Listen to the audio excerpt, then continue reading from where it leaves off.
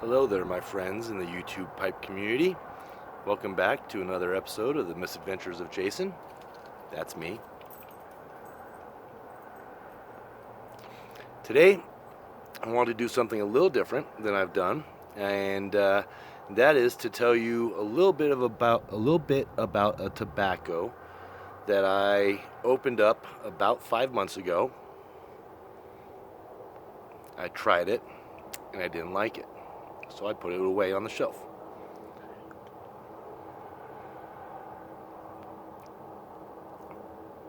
Decided to pull it out today and have a second smoke of this particular blend, which I am smoking in my Rossi Bent.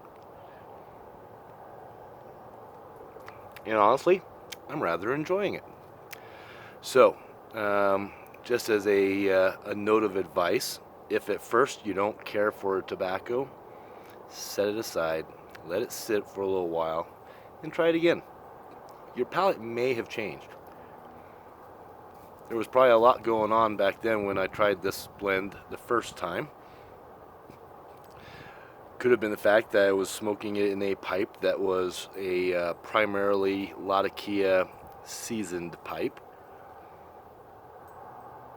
Could have been that it was a fresh cob that I was smoking it in and just had that fresh cob flavor, which can definitely have a little bit of sweet corn flavor that gets intermixed into the tobacco. I don't know.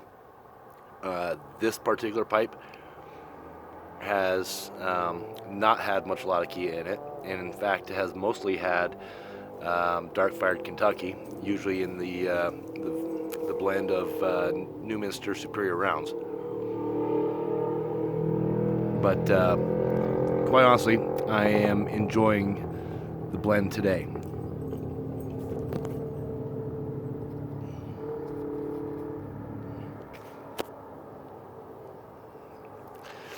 So the tin, the description, I'm going to read it to you first. It says it's a fragrant, comforting, mellow, and rich. This blend of top-grade, shade-grown Ecuadorian cigar leaf, bright Virginia, cigar leaf Cavendish, and specially selected dark-fired Kentucky will be a loyal companion to you and your pipe. Now, when I opened the tin this afternoon, I did catch some of those Virginia notes, some of those bright Virginias in there.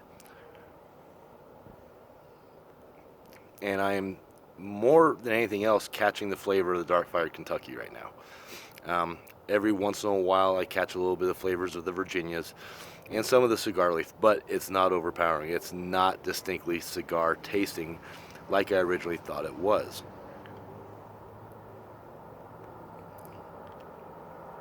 The blend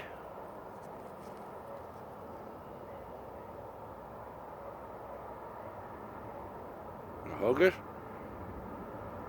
I don't know.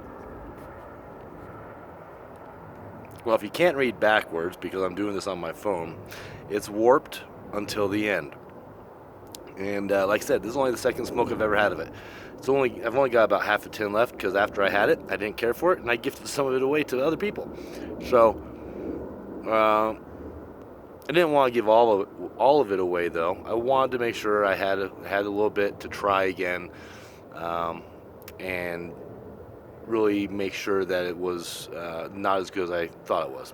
And quite frankly, it's better than I thought it was, so that's good.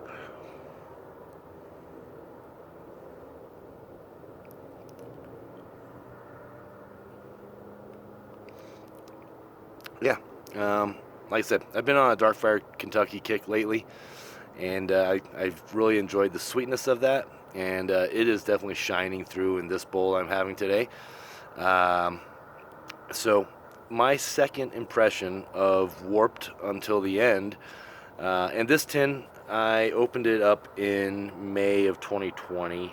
The tin date is April 16th of 2020, so it's middle of October right now. So like I said, it's been about 5 months since I opened up the tin. And yes, the tobacco is still in the tin, and it's still fairly moist. It's like a broken flake cut, so it's one of my preferred cuts. I really enjoy those broken flakes. They're easy to stuff into the bowl. They maintain their moisture content well. Yeah, it's a pleasant smoke. Gives a lot of good gray ash in the pipe. Very few relights. In fact, I don't think I've had any relights on this particular bowl so far, other than the after the charring light. But yeah, my official second impression with Warped Until the End is it's not as cigar flavored as I once thought it was. The Darkfire Kentucky is definitely the star of the show, in my opinion. You do get a little bit of notes of that cigar leaf, and you do get a little bit of notes of the Virginia, but not a lot. They're in the background, and the cigar kind of interweaves in and out of the Darkfire. So it's kind of a fun, interesting bowl to smoke. And if you haven't tried any, go out and get yourself a tin, try it, and let me know what you think, because I am curious if you, like me, have the same sort of palate experience that I've had, where you don't care for it at first, and then you try it again, you're like, okay, yeah, it's actually not too bad. Anyways, I do appreciate you guys watching, and gals, and happy smokes, folks.